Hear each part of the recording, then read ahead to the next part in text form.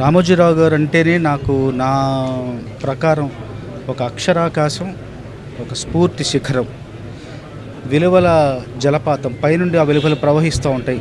ఎన్ని సంస్థలు ఉన్నాయో, ఎంతమంది వ్యక్తులు ఉన్నారో అందరిలోనూ రామోజీరావు గారికి ఉన్న దీక్ష, పట్టుదల, అంకిత భావం, ఆ ఏకాగ్రత అన్నీ కూడా పైనుంచి ప్రవహించాయి.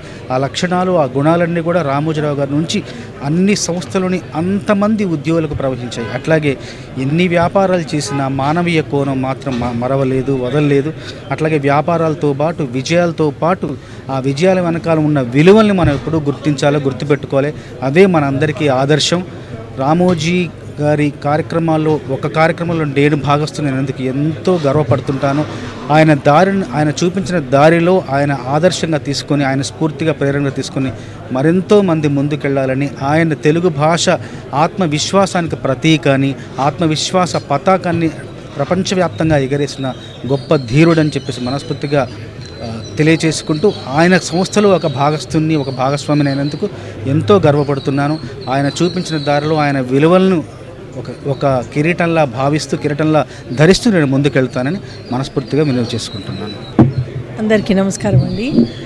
నేను నువ్వే కావాలి చేశాను, నృత్య దర్శకురాలుగా చేశాను. నాలోని దర్శకురాల్ని గుర్తించింది మొట్టమొదట రామోజీరావు గారు.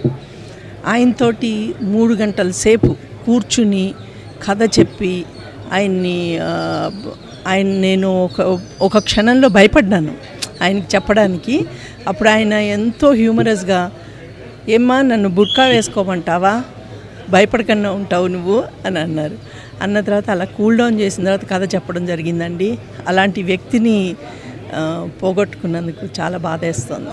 రామోజీ గారు ఒక లెజెండ్ అండి. ఆయన కోల్పోవడం నిజంగా మన అందరూ చాలా బాధాకరంగా ఉంది. అంటే నాకు రామోజీరావు గారు చాలా ఇన్స్పిరేషన్ నా లైఫ్కి.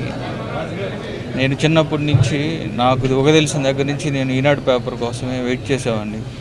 ఈరోజు కూడా ఎక్కడైనా వేరే కంట్రీ ఎక్కడికైనా వెళ్ళినా కూడా ఈనాడు పేపర్ని నెట్లో చదవకుంది ఆ రోజు డే స్టార్ట్ అవ్వదు. అలాంటి నా జీవితంలో ఈనాడుతోటి చాలా అనుబంధం ఉంది.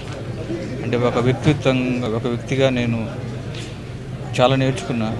అలాంటి ఒక లెజెండ్ ఆయన రామోజీరావు గారు. ఆయన పేపర్ ద్వారానే కాదు, సినిమాల ద్వారా కూడా ఒక మంచి సినిమాలు తీసి, ఒక ప్రతిఘటన, మౌన పోరాటం లాంటి ఒక పీపుల్స్ ఎన్కౌంటర్ లాంటి ఒక మంచి సినిమాలు తీసి, అలానే ఒక film city, Ramoji film city, ప్రపంచంలోని తెలుగు వాళ్ళు గర్వపడే అంత మంచి ఫిలిం సిటీని చేశారు, కట్టించారు. ఆయన మన మధ్య లేకపోయినా ఆయన ఈనాడు పేపర్ ఉన్నన్ని రోజులు, అలానే ఫిలిం సిటీ ఉన్న రోజులు మన జ్ఞాపకాల్లో ఆయన ఎప్పుడూ ఉంటారు. వాళ్ళ కుటుంబ సభ్యులకి నా ప్రగాఢ సానుభూతి తెలియజేస్తున్నాను. రామోజీరావు గారి పవిత్ర ఆత్మ శాంతి కోరాలని మనస్ఫూర్తిగా కోరుకుంటున్నాను.